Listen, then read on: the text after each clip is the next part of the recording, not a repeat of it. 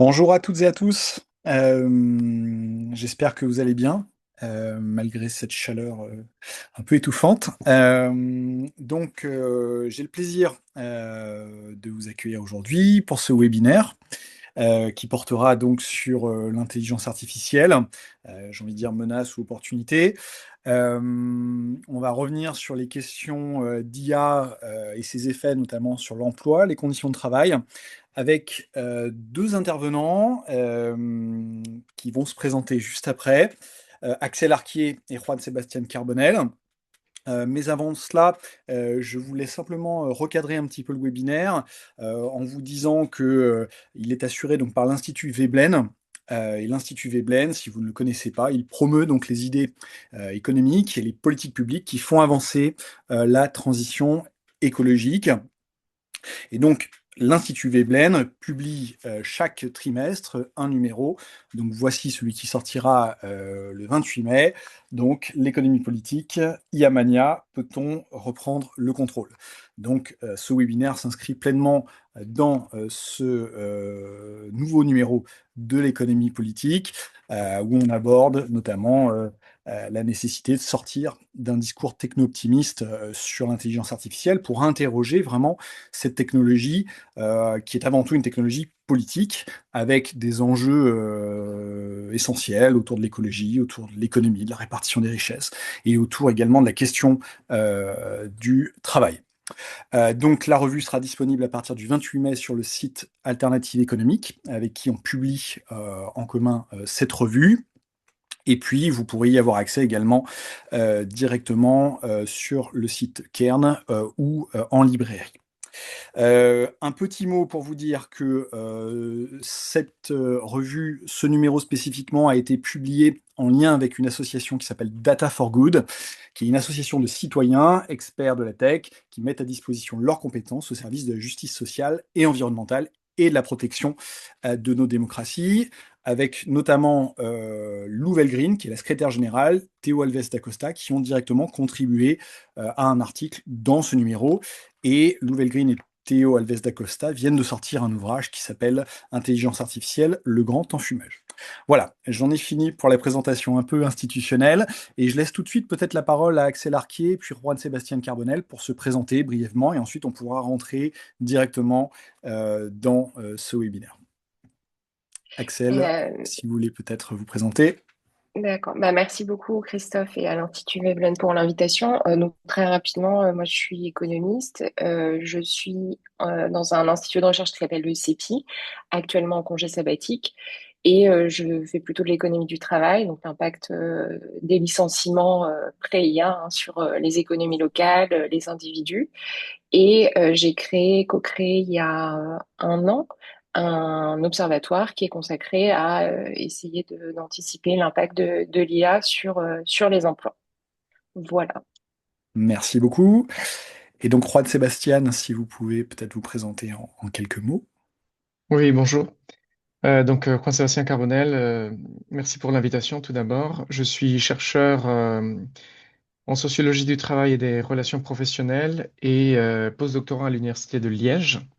Et plus généralement, je travaille donc sur le travail, le changement technologique et aussi les relations professionnelles, principalement dans l'industrie et l'industrie automobile, ainsi que la logistique européenne. Merci beaucoup. Donc, ce qui m'intéressait en vous invitant, c'était de croiser un regard économique et un regard sociologique, hein, qui sont des regards assez différents autour de l'intelligence artificielle, mais on va voir très, très complémentaires. Euh, donc, je voulais commencer par une question peut-être qui s'adresse plus particulièrement à Axel, assez généraliste. Que disent finalement les travaux aujourd'hui des économistes sur les éventuelles destructions d'emplois liées à la mise en place de l'intelligence artificielle? Est-ce qu'on a assez de recul pour le moment ou est-ce que finalement il faut encore un petit peu attendre pour voir les premiers effets se dégager et pouvoir les constater?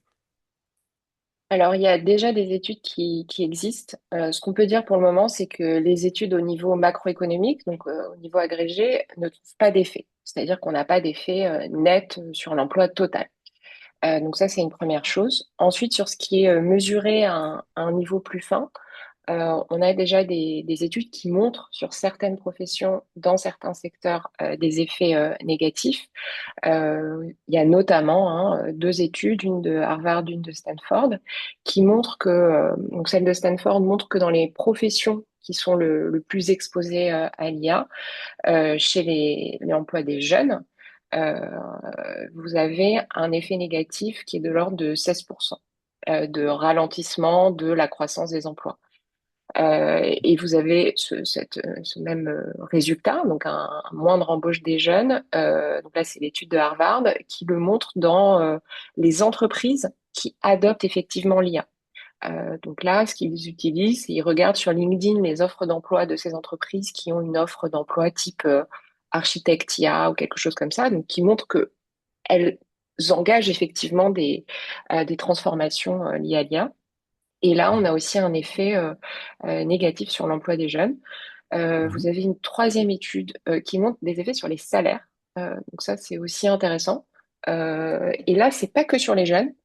Sur les très seniors, vous avez pas d'effet voire positif. Mais sur les jeunes et les un peu moins jeunes, on va dire milieu de carrière, vous avez un effet négatif sur les salaires. Donc ça, c'est ce qu'on trouve qui est mesuré. Donc après, les études sont toujours contestées de part des autres.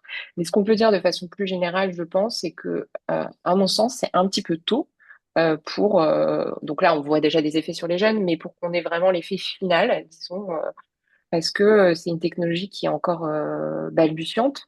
Je pense, et beaucoup de gens pensent que ce qui va vraiment avoir un effet sur le marché du travail, c'est ce qu'on appelle l'IA agentique. L'IA agentique, très simplement, ça repose sur les modèles de langage, Claude, ChatGPT, etc., qu'on connaît, mais c'est une Mhm. architecture IT qui combine ces modèles, qui leur donne accès à des outils, des mails, éventuellement passer des appels, des fichiers, etc., et qui du coup leur confère une forme de d'accès au monde extérieur enfin, via la voie digitale. Hein.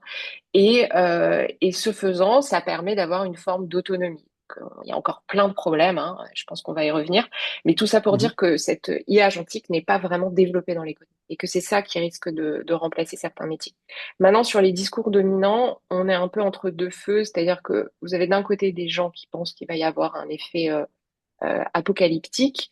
Et parmi ces gens, vous avez beaucoup de gens dans la tech donc, qui vendent ces technologies Mhm. qui ont un intérêt.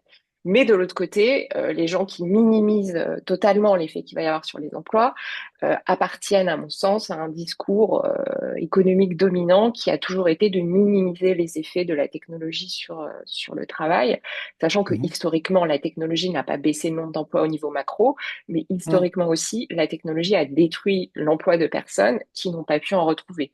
Hein, la Mhm. désindustrialisation, c'est quand même l'histoire de ça, c'est-à-dire que au niveau macro, ok, si on regarde que ça, tout va bien, sauf que vous avez des territoires entiers, des personnes qui se retrouvent sans rien, et ça, c'est quelque chose qui est assez négligé. Et je pense qu'il ne faut pas seulement considérer l'impact sur le macro global, mais aussi voir ce qui arrive aux trajectoires individuelles.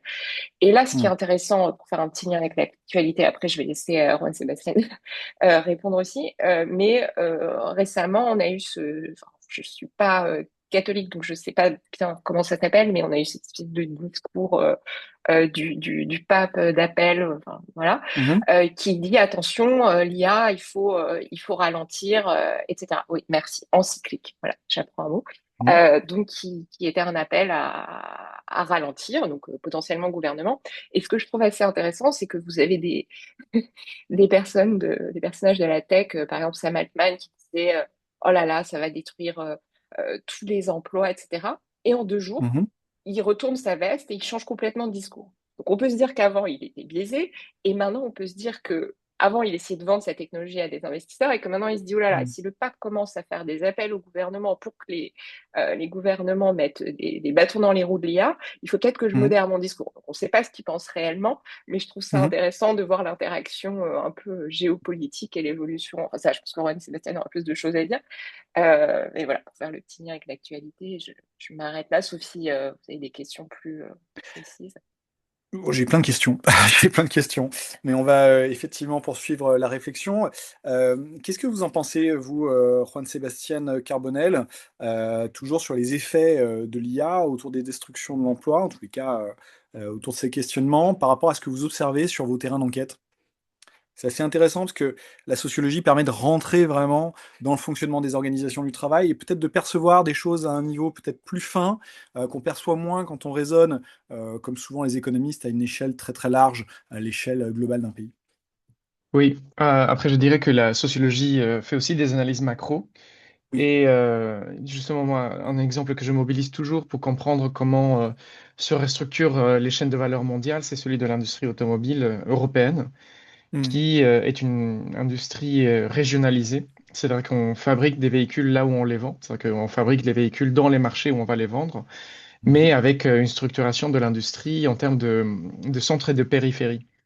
Et c'est-à-dire que les véhicules que vous achetez souvent en France sont des véhicules qui sont fabriqués dans ce qu'on appelle la périphérie intégrée, l'Europe centrale et orientale, la Turquie et le Maghreb, pour le dire très rapidement. Mhm. Et la désindustrialisation qu'on a vue les dernières décennies en France sont pas dues que aux innovations technologiques, mais aussi aux innovations organisationnelles. Tout ce qui est lien avec le lean management, on va faire plus avec moins de salariés. Et aussi, en très grande partie, à la délocalisation. Et, et la délocalisation. C'est-à-dire qu'on on trouve sur, si vous regardez justement le nombre de salariés de l'industrie automobile européenne, l'évolution sur les 15 dernières années, le nombre de salariés dans l'absolu reste plus ou moins le même, mais avec des variations importantes par pays, avec une Mhm. désindustrialisation en Europe de l'Ouest et une industrialisation, cette fois-ci en Europe centrale orientale, Turquie et le Maghreb. Cela étant dit, il faut du coup avoir toujours à l'esprit que les discours des patrons de la tech sont souvent des discours qui visent à justifier leur choix économique, et notamment le choix des délocalisations et de suppression d'emplois. Mhm. Tout ça pour te répondre à la première partie, qui consiste justement à dire qu'il faut avoir toujours cet esprit qui consiste à regarder un peu au-delà des discours des patrons de la tech.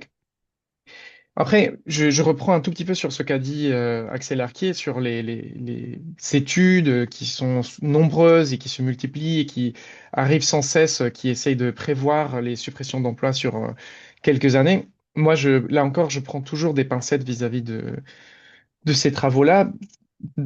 Premièrement, parce qu'on en voit arriver de temps en temps. Il y a eu la célèbre étude de 2013 de Frey et Osborne qui prévoyait là encore la suppression de 47% d'emplois euh, aux États-Unis. C'est-à-dire que voilà, c'était là encore une étude qui a été beaucoup reprise et qui là encore ne s'est pas confirmée euh, telle quelle. Et Mhm. l'étude de Stanford qui a été mentionnée, là encore, a été très critiquée pour tout un tas de raisons. J'imagine que tu fais référence, Axel, à celle de Canaries in the Coal Mine, donc, les canaries Ouais. Et ils en dans ont la fait mine une de charbon. révision d'ailleurs. Ils en ont fait une D'accord, révision en ils en prenant ont en fait compte une pas mal révision, les heureusement. techniques, les critiques, et c'est pour ça que d'ailleurs on est passé de 13% à 16%, mais un effet plus décalé dans le temps. Au début, ils disaient que c'était seulement à partir de ChatGPT, et maintenant, en prenant en compte les taux d'intérêt, enfin tout un tas de trucs qu'on leur a apporté comme critique, l'effet arrive un peu plus tard que 2022, D'accord. mais il est plus fort. Mais ça, c'est des choses qui Mhm. sont mesurées, hein. Enfin, après, on peut Oui, oui, critiquer absolument. Mais l'économétrie comme je d'habitude, mais c'est pas de la suis, prospective, quoi. Voilà. non, je Ça suis arrive. entièrement conscient que c'est pas de la prospective, mais là encore, les critiques qui ont été adressées à ce rapport en particulier, mais qui peuvent souvent être adressées à d'autres rapports, c'est la façon dont on mesure les suppressions d'emplois, et notamment le fait qu'il s'appuie sur l'Anthropic Economic Index. En gros, il s'appuie sur un outil d'intelligence artificielle construit sur la base de conversations avec IA, avec l'IA de Claude Anthropic. Pas Et seulement. voilà, pas seulement. Ils utilisent plusieurs indices. Donc là, l'indice, c'est pour voir quelles professions sont exposées. Donc il y a effectivement une estimation avec cet indice-là, mais il y a une autre estimation où ils prennent l'indice de 2018 qui est utilisé tout le temps. Et après, il y a l'étude d'Harvard que je mentionnais, où là, ce qui est intéressant, c'est qu'ils ne se reposent pas sur ce genre de choses que je conseille sont très critiquables, mais ils regardent vraiment les entreprises qui ont effectivement adopté l'IA via ces offres d'emploi LinkedIn que je disais. Donc ça, c'est quand même beaucoup moins sujet à critique, surtout que là, on a un effet au niveau de la firme donnée. Donc c'est beaucoup moins critiquable. Et d'ailleurs, les critiques se concentrent sur l'étude de Stanford et ne parlent jamais de celle d'Harvard. Mhm. Ok, bon, je finis sur Mais la critique de Stanford, qui à mon avis est quand même très critiquable, cela étant dit. Et je finis par intervenir sur la question qui m'a été posée au début, qui est sur celle l'industrie de... automobile notamment. Mhm. Comment? Oui, sur c'est voilà, comment des effets on sur l'emploi, observe tout à fait. cela. Voilà. Et moi, ce que je l'observe plutôt à un niveau micro, c'est-à-dire à partir d'études de cas, c'est-à-dire qu'en étudiant vraiment l'introduction d'une technologie spécifique sur une chaîne de montage, sur Hmm, une organisation du travail en particulier, c'est un processus de réorganisation du travail et de redistribution des activités et des tâches.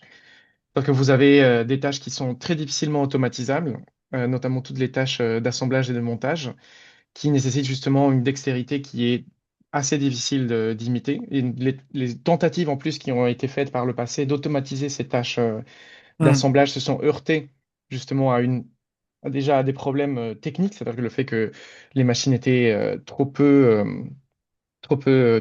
flexible, avec énormément de pannes, avec énormément de problèmes de qualité, etc. Et aussi des problèmes économiques, dans le sens où la délocalisation, encore une fois, a permis de faire moins cher ce que les ouvriers français, espagnols, allemands, etc., faisaient beaucoup plus cher. Et hmm, du coup, on redistribue toutes les activités qui ne sont pas automatisables à des robots qui vont appuyer les ouvriers. Et la conséquence principale que moi j'observe, c'est une simplification du travail et une perte de contrôle et une intensification du travail des opérateurs sur les chaînes de montage. Après, on pourrait parler du cas spécifique de la logistique sur lequel je me penche en ce moment également, mais c'est un peu hmm. différent, tout en ayant à l'esprit que les conséquences sont à peu près les mêmes. Oui. Alors, sans vouloir trop rentrer dans la technique de la mesure économique ou sociale des destructions d'emplois, un élément absolument essentiel, et là je reviens vers vous, Axel, c'est que l'IA permettrait d'augmenter de manière quasi exponentielle la productivité, hein. Et la raison pour laquelle on détruirait des emplois, c'est parce que ceux dont les emplois ne sont pas détruits réussissent à remplacer le travail de 3, 4, 5, 6 personnes. Bon, là-dessus, il y a des économistes, et pas des moindres, comme Daron Acemoglu, qui ont eu pas mal de publications ces derniers temps, où ils relativisent l'effet justement de l'intelligence artificielle sur la productivité. Alors lui, il est dans une analyse prospectiviste, hein, il se projette à peu près à 10 ans en disant attention, les gains de productivité ne seront pas aussi élevés que ce que aujourd'hui les dirigeants de la tech peuvent défendre. Et on a bien compris qu'il y avait un intérêt économique derrière ce discours-là. Donc, comment est-ce que on peut expliquer ces différences d'analyse selon qu'on prend Daron Acemoglu, qui est plutôt sceptique sur les gains de productivité, ou d'autres économistes qui peuvent, au contraire, à travers leurs études, montrer un effet net à terme sur l'emploi, ou même commencer à le constater.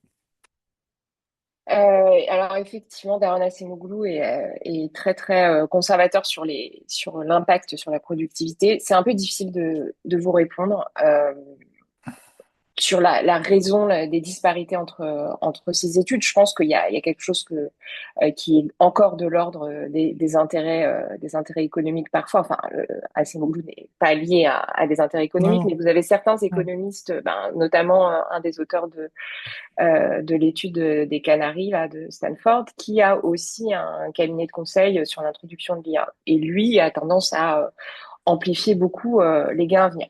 Donc, ce qu'on peut Hmm. dire, c'est que on constate quand même aux États-Unis, là, vous avez un centre que je crois être indépendant, mais il faut vérifier, qui s'appelle The Burning Glass Institute, qui regarde. Donc là, c'est pas causal, c'est rien, c'est juste descriptif. Enfin, c'est rien, c'est beaucoup, mais c'est descriptif. Et il regarde Mhm. l'augmentation de la productivité dans des secteurs qui sont a priori ceux où l'IA pourrait être à court terme la plus utile, disons. Et il voit déjà une augmentation de l'output, voilà, et une baisse de l'emploi. Alors après, moi, je ne dis pas que Donc c'est la que productivité lié à augmente. l'IA. Ouais, Du donc la coup, oui, productivité vu que augmente c'est le fortement. ratio, exactement, c'est le ratio des Hmm. deux, bon, mathématiquement, voilà. Est-ce que c'est que lié à l'IA? Je ne sais pas, il ne sait pas, il ne le prétend pas, mais on peut déjà s'interroger sur une émergence dans ces secteurs-là. Ensuite, Hmm. l'autre point, je pense, c'est que mesurer la productivité, mais ça, je pense que c'est un point global, dans ce type de secteur, dans l'IT, dans le conseil, dans la finance, c'est quand même des concepts que moi, je trouve toujours un petit peu difficile à vraiment mesurer de façon sérieuse. Après, c'est sûr que si vous voyez que le chiffre d'affaires augmente et que le nombre d'employés baisse, vous dites qu'il se passe quelque chose. Donc, Hmm. on n'a pas encore de réponse claire là-dessus. Ce que je pense quand même, c'est que quand on regarde, par exemple, l'exemple qui est tout le temps cité, c'est l'arrivée de l'électricité. Donc, je vais le reciter, désolé pour ceux qui l'entendent tout le temps.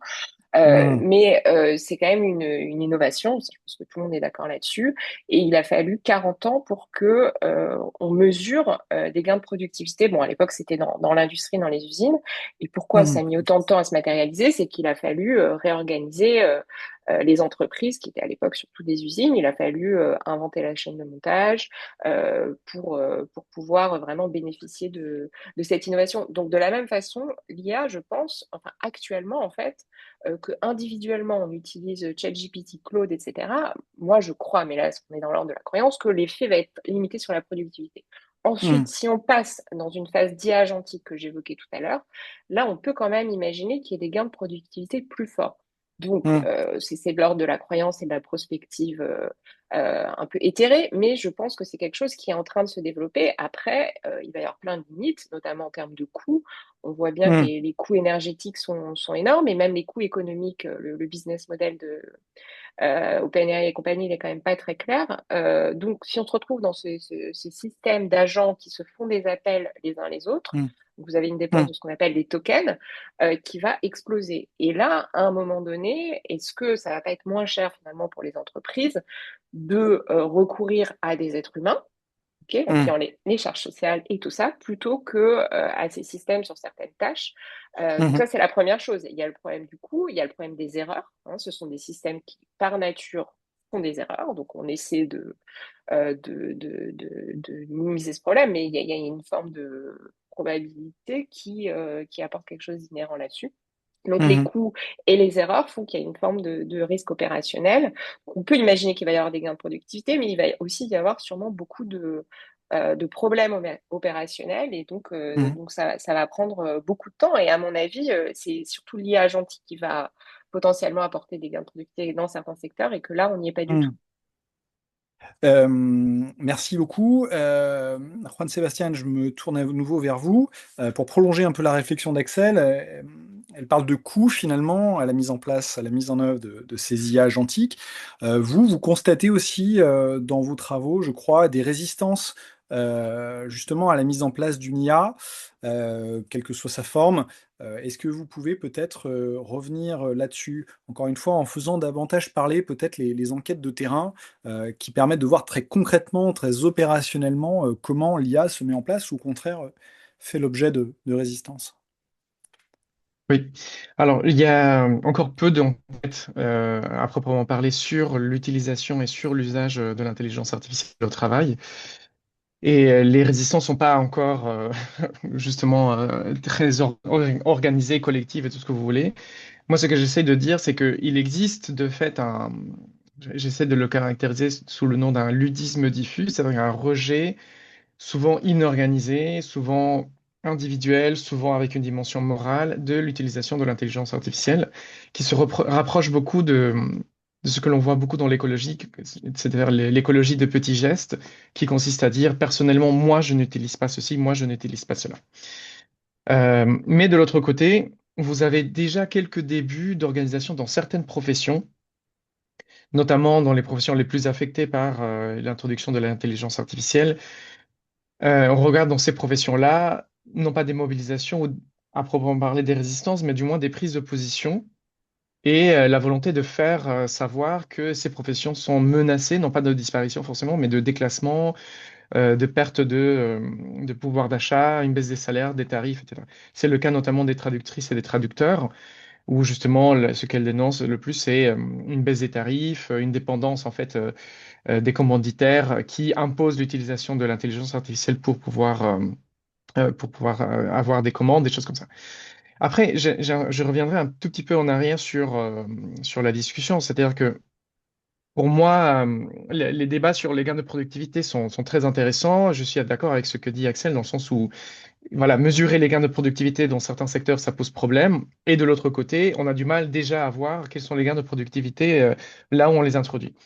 Mais en même temps, il y a une autre limite, à mon avis, à cette question des gains de productivité et le fait que on assume souvent dans le discours public que l'intelligence artificielle peut être introduite partout, alors que c'est pas du tout le cas.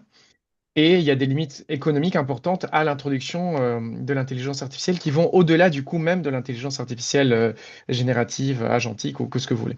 Et là, je mobilise notamment ce que moi j'observe dans mes propres travaux sur la logistique, c'est-à-dire que vous avez une concentration des débats publics sur l'utilisation de robots, sur l'utilisation du management algorithmique dans les grandes entreprises de la logistique, c'est-à-dire Amazon, FedEx, UPS, etc., DHL, où de fait, ce sont des grandes entreprises qui ont le moyen économique pour pouvoir introduire cette technologie-là. Sauf que le secteur de la logistique, et notamment dans l'e-commerce, est organisé de la façon suivante. Vous avez des grands commanditaires, des grands donneurs d'ordre, pardon, qui sous-traitent une grande partie de la préparation des commandes à des petites entreprises de la logistique, à des third-party logistics, et qui ont des petits ateliers, des petits Mhm. entrepôts, où le travail est encore extrêmement manuel, et justement on sous-traite parce que ça revient moins cher. Et c'est le niveau technologique dans ces petits ateliers qui sont pour, enfin parfois ils prennent en charge la moitié de la préparation de commandes pour des grandes entreprises comme Amazon, comme les grands internationales, les grandes transnationales de la logistique. Le niveau technologique dans ces entreprises-là est assez faible. Parce que justement, il n'y a pas les moyens pour pouvoir investir dans un nouveau système de gestion algorithmique des entrepôts, de l'inventaire, des choses comme ça. Et on ne prend pas assez en compte le fait que bah, tout simplement le modèle économique enfin comment dire, limite aussi énormément l'adoption de ces outils-là, alors que dans le débat public, on assume que demain, la plupart des entreprises le feront. Or, ce n'est pas du tout le cas, surtout dans ces secteurs où le travail humain reste beaucoup moins cher que le travail des IA. Hmm. Alors ça pose une question qui est de changer un petit peu de regard et pas se situer à une échelle trop globale, trop macro, mais de raisonner en fait par effectivement secteur d'activité ou type d'entreprise quand on veut mesurer les effets de l'IA sur l'emploi. Quand on regarde Axel Arquier à l'échelle sectorielle, euh, est-ce qu'on commence à voir des différences émerger? Vous parliez notamment d'études américaines. Est-ce qu'elles font un petit peu un point là-dessus? Est-ce qu'il y a certains secteurs qui sont plus menacés que d'autres? Alors, bah, du coup, les études que je connais, en tout cas, elles résonnent plutôt au niveau des métiers, des professions. D'accord. Mais bon, après, on peut en déduire quelque chose sur les secteurs, bien entendu, parce qu'il y a des professions qui sont plus présentes dans certains secteurs. En Mhm. gros, les professions de l'informatique et du numérique, enfin, par exemple les développeurs, mais il y a aussi un débat là-dessus, seraient celles qui seraient potentiellement les plus touchées. Donc ça, c'est ce qui a été trouvé en tout cas dans les études aux États-Unis. Et là, récemment, on a eu l'INSEE qui notait un relatif déclin dans l'emploi des jeunes aussi dans ce secteur-là. Est-ce qu'on peut l'attribuer à l'IA? Ça, on ne sait pas, mais en tout cas, quelque chose Mhm. de marqué, voilà, dans IT, les développeurs, etc. Ensuite, Mhm. vous avez aussi les secteurs comme celui de la finance, qui seraient en tout cas plus vulnérables, parce que bah, on voit bien, vous avez un certain nombre de tâches qui peuvent être effectuées par ces IA, qui en tout cas accélèrent beaucoup le travail Mhm. quand vous êtes dans des métiers de la finance. Vous avez aussi conseil. Ça, on comprend bien pour ceux et celles qui utilisent ces outils que ça permet quand même de rédiger. Donc, il y a des erreurs, etc. Mais ça accélère quand même potentiellement votre travail. Pareil pour les fonctions juridiques. Donc là, sur le juridique, à ma connaissance, ça n'a pas été mesuré, mais c'est des secteurs qui pourraient être touchés. Ensuite, quelque chose, je pense, qui est déjà perceptible, c'est dans Mhm. les professions des créations de médias, l'édition, etc.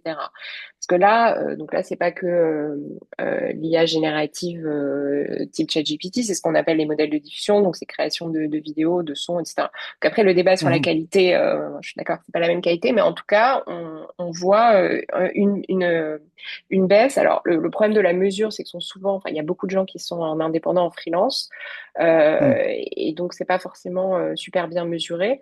Mais on comprend bien, par exemple, dans le milieu de la publicité, que maintenant, vous pouvez faire avec certains modèles des petites vidéos assez courtes.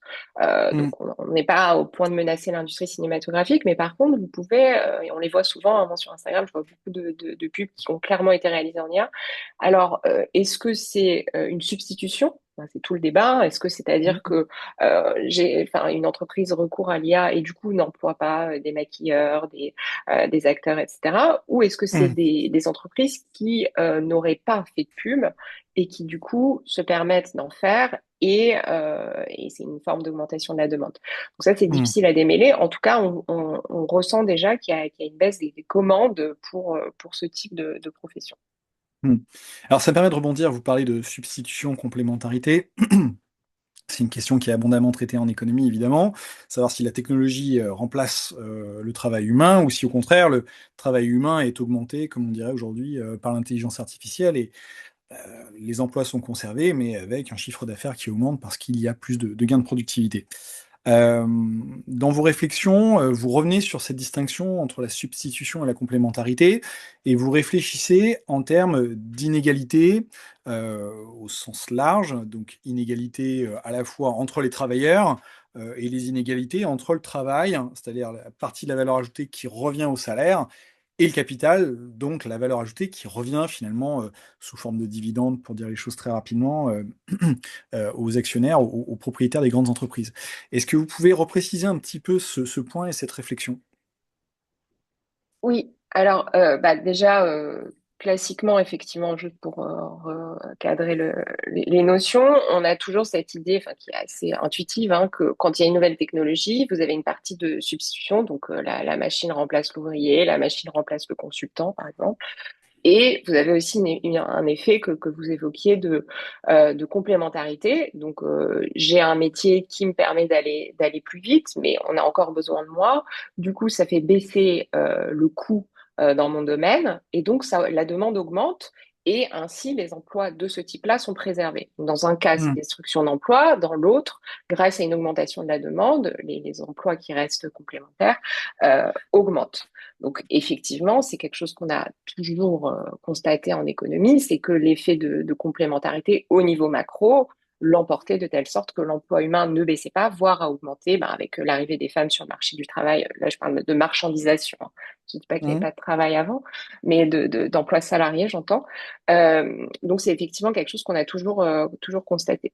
Donc le souci qu'on pourrait avoir avec l'IA, sans imaginer même si on est dans une approche à la Philippe Aghion, donc qui est positive, qui pense que tout ce qui s'est passé va continuer à se passer, et qu'on n'aura pas de baisse du nombre d'emplois, ou si on s'inscrit hmm, dans cette possibilité-là, qui est une possibilité réelle et pas absurde, hmm, on pourrait quand même avoir une dévalorisation des emplois qui restent.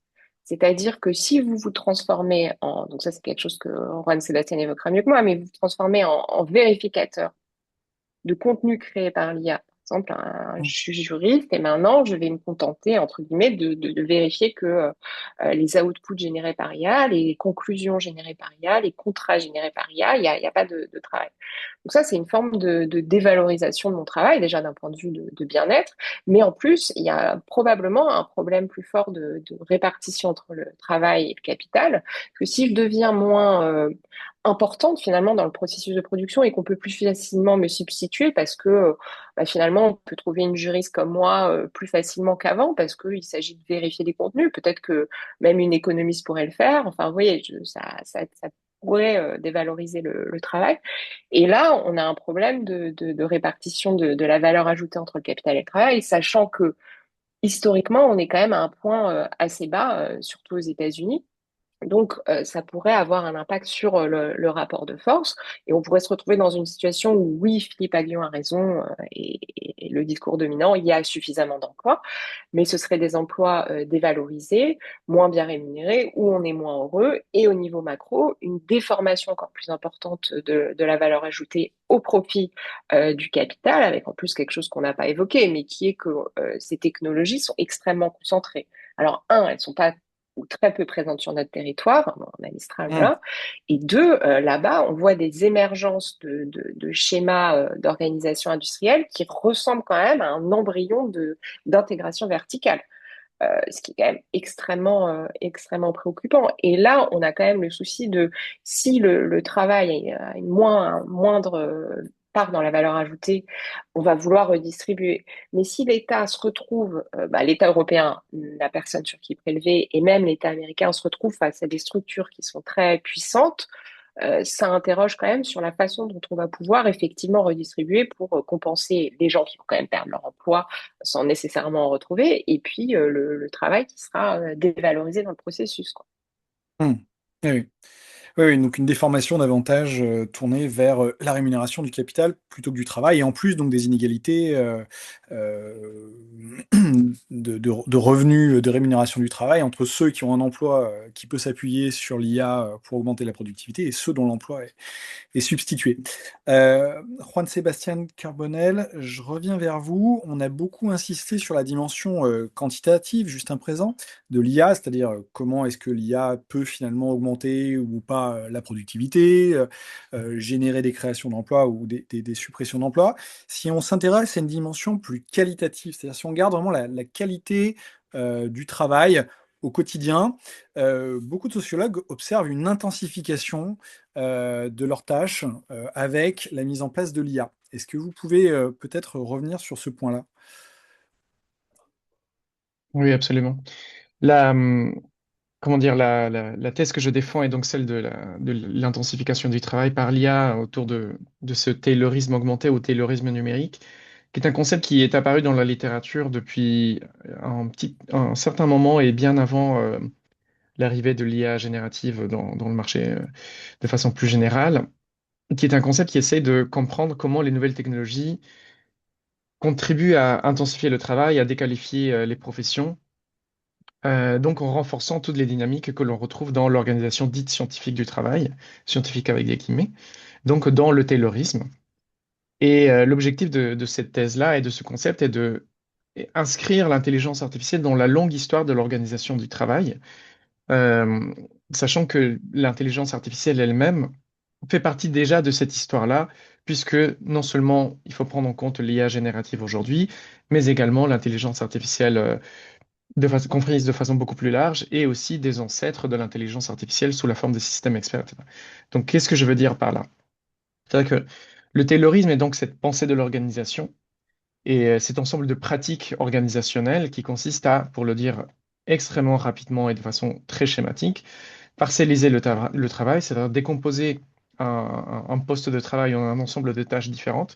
Et même le fait que les économistes réfléchissent beaucoup aujourd'hui à partir de tâches n'est pas anodin, puisque le concept même de tâches dans l'organisation du travail est déjà un produit de l'économie politique du 19e siècle et que l'on reprend en fait de façon acritique, sachant que une organisation de travail, c'est juste plus que un ensemble de postes de travail qui sont plus que des tâches.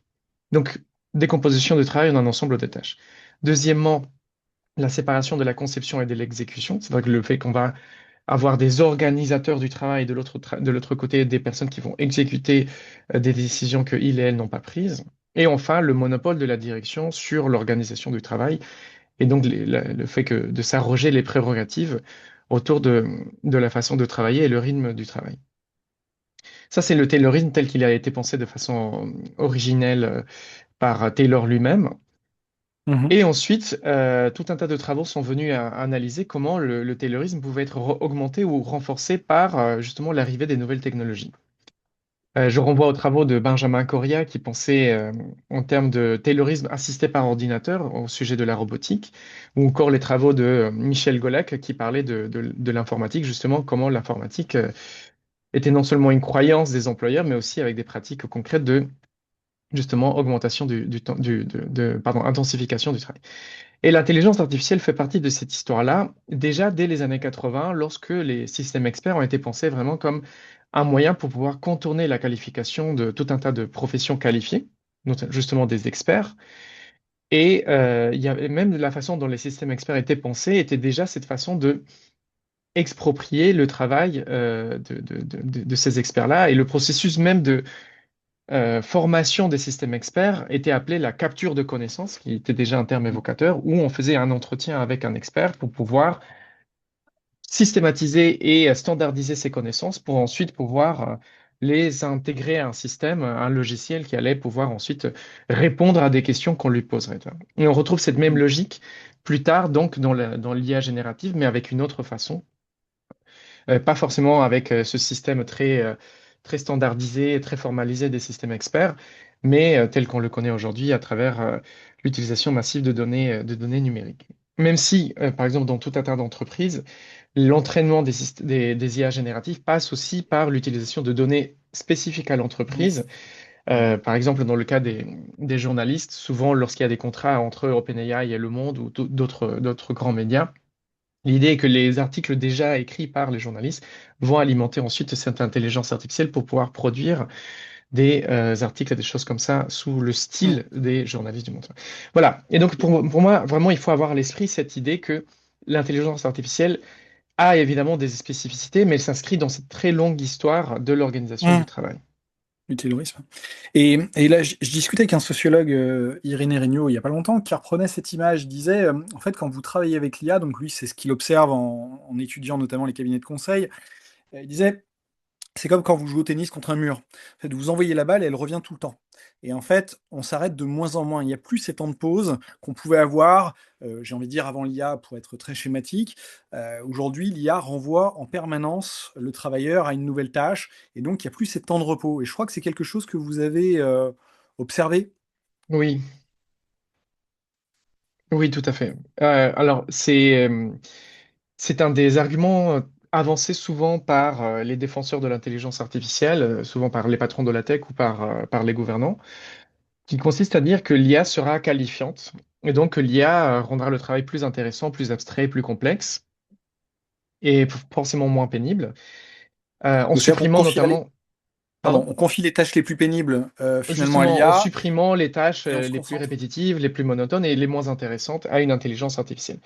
Sauf que je trouve que cette métaphore du joueur de tennis est très très bonne dans le sens où on a du mal enfin comment dire, lorsqu'on exerce un métier intellectuel, le fait de pouvoir, enfin le fait de se concentrer exclusivement sur les tâches qui mobilisent le plus justement la capacité cognitive, le plus d'efforts cognitifs, en réalité rend le travail beaucoup plus fatigant. C'est-à-dire que le fait de se concentrer exclusivement sur les tâches entre guillemets à forte valeur ajoutée rend ce travail beaucoup plus fatigant. Et c'est quelque chose que l'on trouve aussi dans les métiers manuels où on automatise des tâches soi-disant répétitives, plus à faible valeur ajoutée, entre guillemets.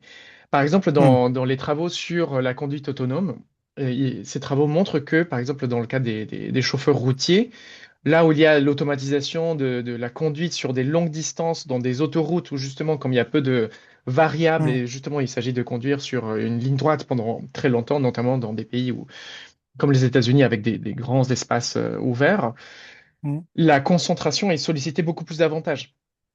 Et ça rend ce travail moins pénible physiquement, mais ça rend ce travail plus pénible d'un point de vue cognitif. C'est-à-dire que la concentration hmm, sur des tâches cognitives rend ce travail aussi beaucoup plus pénible. Et juste un dernier mot là-dessus, et je finis. Ces dites tâches à faible valeur ajoutée sont importantes en fait pour les salariés, alors qu'elles ne le sont pas pour les directions. Ces tâches à faible valeur ajoutée sont donc des micro-pauses bien souvent, qui sont très appréciables, qui font pas partie de la pause réglementaire, mais qui sont nécessaires aussi pour pouvoir tenir les cadences. Et le hmm, propre des nouvelles technologies et de l'intelligence artificielle en particulier, c'est de les supprimer et donc de contribuer par là à rendre le travail beaucoup plus pénible. hmm. Merci. Je reviens vers vous, Axel. Donc, on a compris que vous étiez, en tous les cas, interrogatif sur les à minima, sur les effets de l'IA sur l'emploi.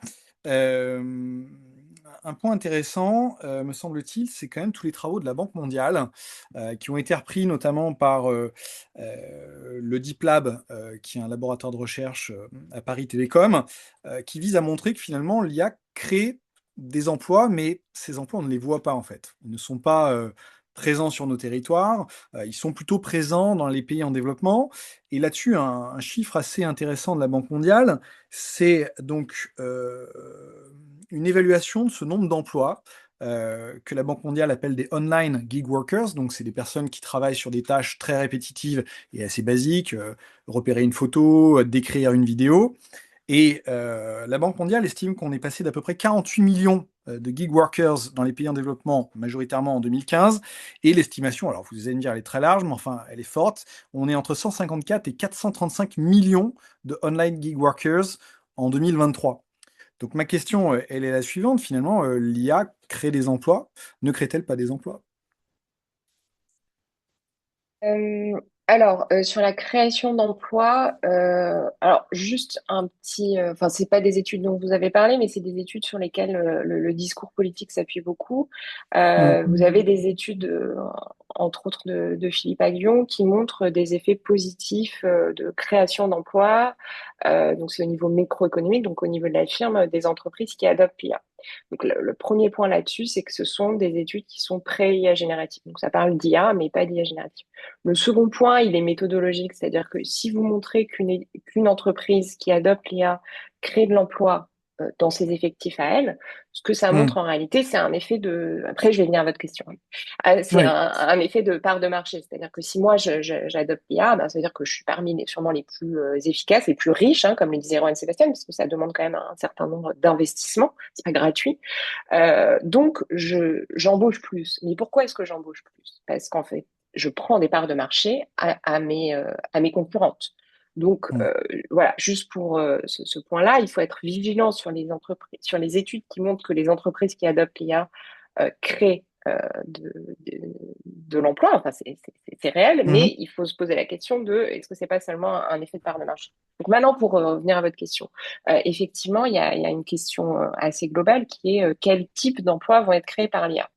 Donc, on nous vend beaucoup l'histoire, ce que Soren Sébastien a très justement démantelé, hein, ce discours de ça va être des emplois plus valorisés, etc., auxquels, pour le coup, je ne crois pas du tout.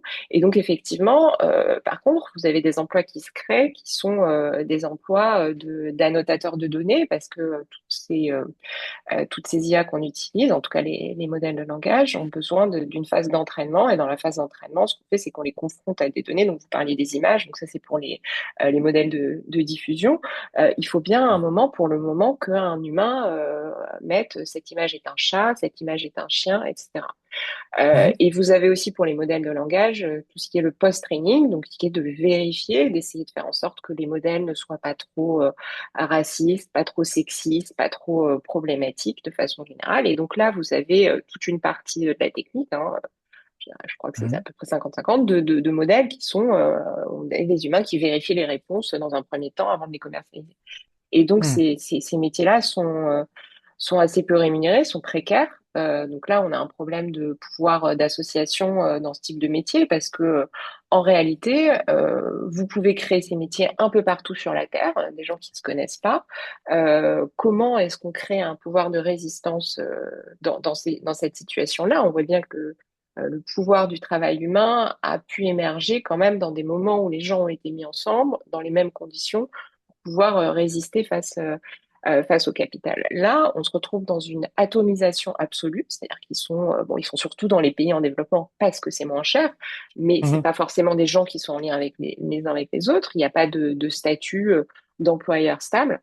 Donc effectivement, vous avez raison de le présenter comme ça. Quand on parle des emplois créés par l'IA, pour le moment, ce qu'on mesure effectivement, c'est dans des emplois précarisés qui sont atomisés en termes de statut juridique et une rémunération et aussi un intérêt au travail qui est sûrement Mhm.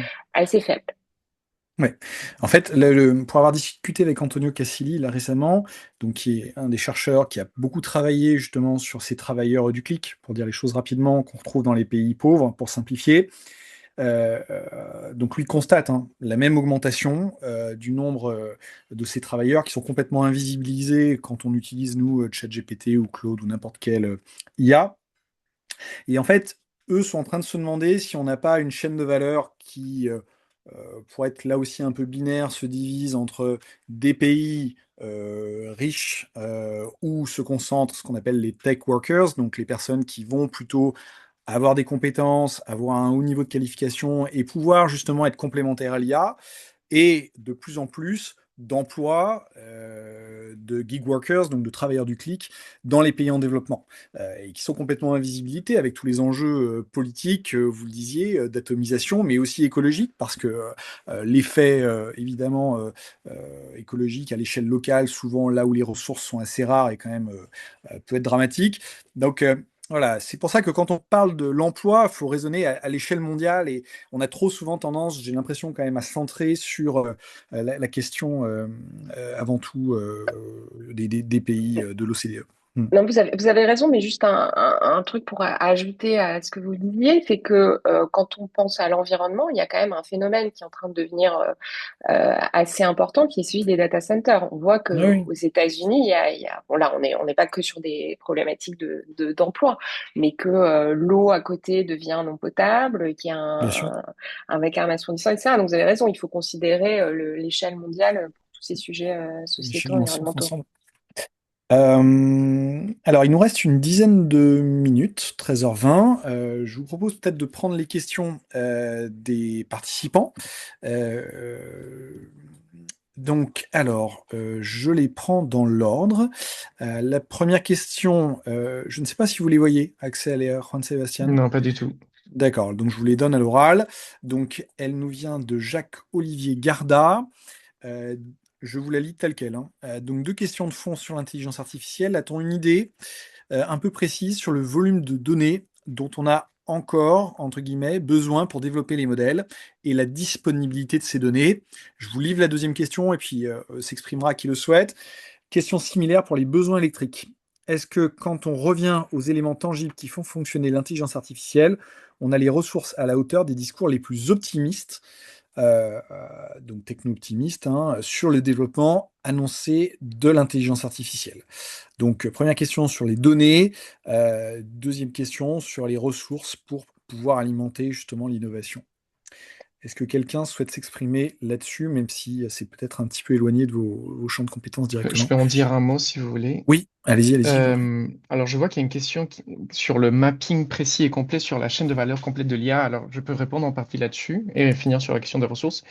Il y a les D'accord. travaux de C'est... Clément Leludec, qui a travaillé beaucoup avec Antonio Casilli, qui a écrit un très bon article scientifique sur la chaîne de valeur internationale de l'intelligence artificielle, en montrant comment un donneur d'ordre en France sous-traite à une entreprise informatique, parfois en France, parfois ailleurs aussi, qui va elle-même sous-traiter le travail d'annotation à une troisième entreprise ou à une filiale à l'étranger, tout ce travail d'annotation. Et donc, en fait, se dessine une chaîne de valeur mondiale entre un donneur d'ordre, un sous-traitant et ensuite les travailleurs du clic à la toute fin. Mais où, en fait, les travailleurs du clic ne sont pas juste des travailleurs, une foule anonyme en ligne, comme on pourrait souvent le penser, mais il y a parfois des liens très étroits entre l'entreprise donneuse d'ordre dans les pays centraux et les travailleurs du clic. Et parfois dans le travail dans des réunions d'équipe en commun. Une fois que ces travailleurs du clic, souvent qu'on considère comme étant très déqualifiés, comme étant taylorisés, juste avec un travail extrêmement monotone, etc., peuvent aussi, y compris, développer des compétences qui sont nécessaires au bon fonctionnement de ces intelligences artificielles. Et donc, toute cette chaîne mondiale de l'intelligence artificielle contribue donc à créer toute cette main-d'œuvre dans les pays du tiers-monde qui est nécessaire et incontournable au bon fonctionnement des IA. Et Antonio Caselli lui-même, il a une phrase qui dit en fait, c'est pas les robots qui volent le travail des humains, mais avec cette apparition de travailleurs du clic en masse, sont en quelque sorte les humains qui volent le travail des robots. Et sur les Mhm. ressources, c'est une très bonne question. J'ai pas une réponse définitive là-dessus, mais par exemple, juste OpenAI a déclaré il y a quelques mois seulement que ses besoins d'énergie aux États-Unis seront équivalents à celle d'une ville de 20 millions d'habitants, comme New York par exemple. Et on voit bien qu'il y a, en fait, l'hubris même des patrons de la tech peut aller, y compris à l'encontre de leurs propres intérêts, en ayant un modèle économique qui est sur le moyen terme potentiellement insoutenable. Voilà, je dis ça comme ça. Mhm. Axel, je ne sais pas si vous avez un point à Oui, sur les ajouter. données, je Oui, peux peut-être essayer de répondre sur la partie données. oui. Cette question est intéressante parce que déjà, il y a un débat, enfin, de ce que j'en comprends, hein, entre les gens qui développent les modèles, sur est-ce que vraiment on n'en est pas un point où scaler, c'est-à-dire mettre de plus en plus de données, est-ce que c'est vraiment la façon d'améliorer notamment les capacités de raisonnement, etc. Donc il y a un débat là-dessus. Il y a beaucoup de gens qui pensent que c'est pas nécessairement en mettant de plus en plus de données qu'on va avoir une rupture technologique suffisamment importante. Et donc, on essaie Mhm. plutôt de développer d'autres choses, d'autres types de d'IA. Sur la disponibilité des données, par contre, effectivement, il commence à y avoir un souci. Et ce que font certains chercheurs, c'est qu'ils utilisent ce qu'on appelle des données synthétiques. Donc, c'est-à-dire que vous êtes dans une espèce de boucle un peu absurde. Vous avez des IA qui produisent des données pour entraîner d'autres IA. Et ça, en fait, parce qu'on a utilisé, comme le suggère la question, un peu toutes les données humaines. Et ça pose des problèmes dans les modèles eux-mêmes, ce qu'on appelle le collapse. C'est-à-dire qu'au bout d'un moment, quand vous êtes dans cette forme de boucle, et ben les performances du modèle s'effondrent. Bon, c'est lié à des distributions de probabilités, des choses comme ça. Enfin, il y a un souci qu'on perçoit très intuitivement. Donc, effectivement, c'est un gros problème de la recherche en IA qui veut continuer dans la même voie des modèles de langage en mettant de plus en plus de données qui n'est peut-être pas la bonne, de trouver suffisamment de données humaines, surtout que maintenant le contenu de ce qui est en ligne est de plus en plus généré par des IA, hein, apparemment.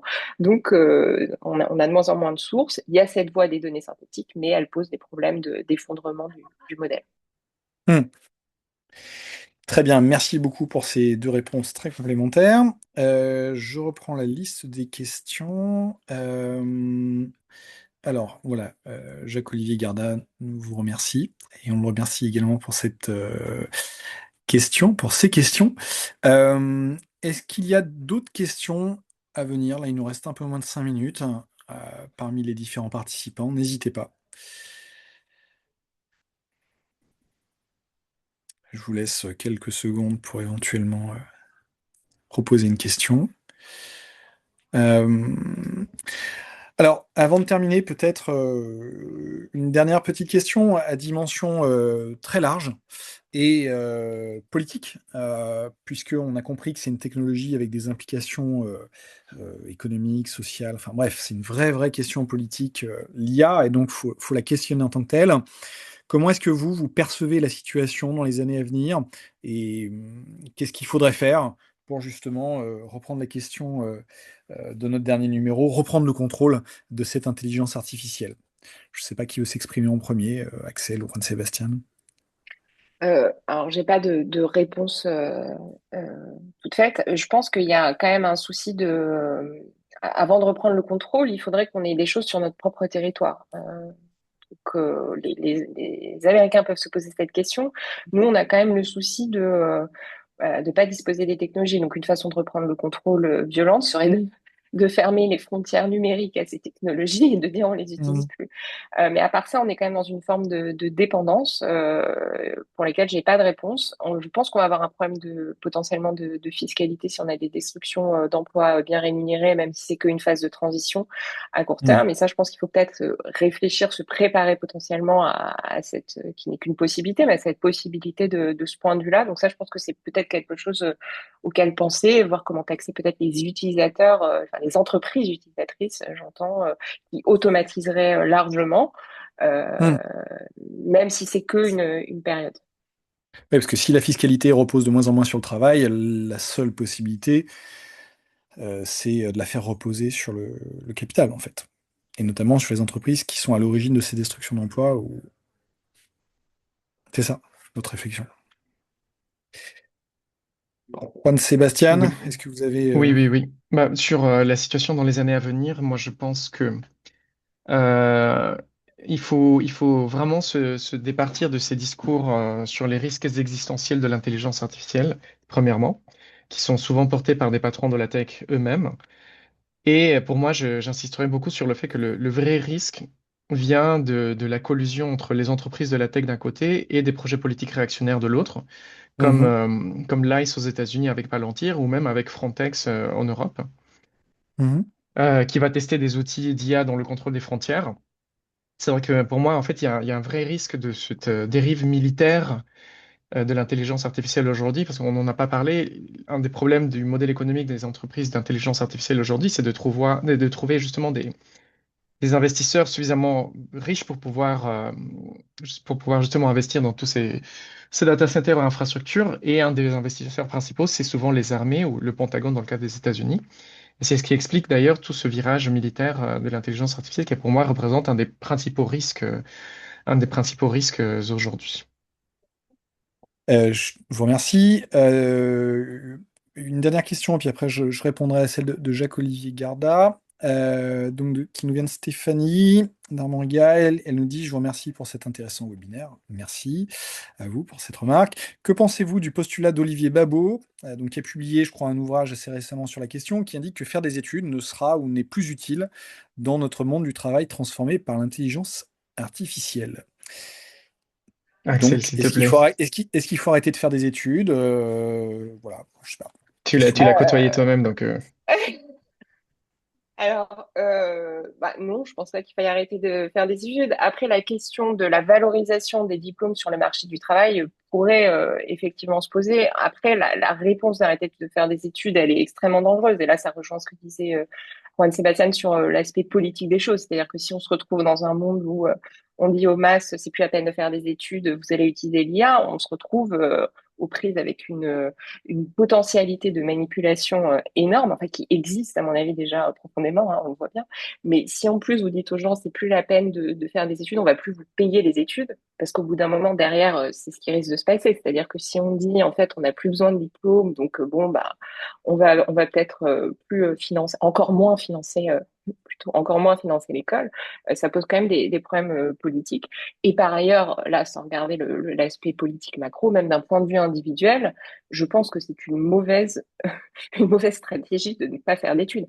Après, la question de se dire peut-être que dépenser, je ne sais pas combien de milliers d'euros dans certains types de diplômes qui vont être potentiellement dévalorisés, peut-être. Peut-être qu'il va falloir réfléchir à certains diplômes. Je ne veux pas en nommer, hein, parce que Mm. voilà. Mais et ça, c'est peut-être une question. Après, arrêter de faire des études, je trouve ça complètement étriqué et politiquement très dangereux. Mhm. Merci. Pour répondre à la dernière question de Jacques-Olivier Garda, mais peut-être que vous voudrez compléter, Axel et Juan Sébastien, est-ce qu'il y aura un observatoire en cours de constitution pour partager son expérience de l'usage de l'intelligence artificielle? Alors, vous avez notamment Data for Good, avec qui on a publié donc ce dernier numéro. Donc, je vous renvoie vers leur site. Je ne sais pas si on peut l'indiquer, Mathis. Voilà, on va le mettre dans le petit chat. C'est ça. Euh, et puis, il y en a peut-être d'autres. Je ne sais pas si vous voulez, Axel a monté un observatoire, mais qui porte plus sur l'analyse de l'emploi. Voilà. On a mis le lien. Bien écoutez, je vous remercie beaucoup à tous les deux pour ces excellentes interventions. J'espère que vous y voyez plus clair sur la question de l'IA. Vous voyez que c'est une question très complexe qui charrie beaucoup d'enjeux. Je vous renvoie, donc, si vous voulez en savoir un petit peu plus, aux articles de Axel Arquier et de Juan Sébastien Carbonel dans la revue L'économie politique. Et donc, je vous dis à très bientôt pour un prochain webinaire. Merci beaucoup, Axel. Merci beaucoup, Juan Sébastien. merci. Bonne journée et pensez à boire de l'eau, surtout. Merci, bonne Merci. Au journée. revoir. Au revoir.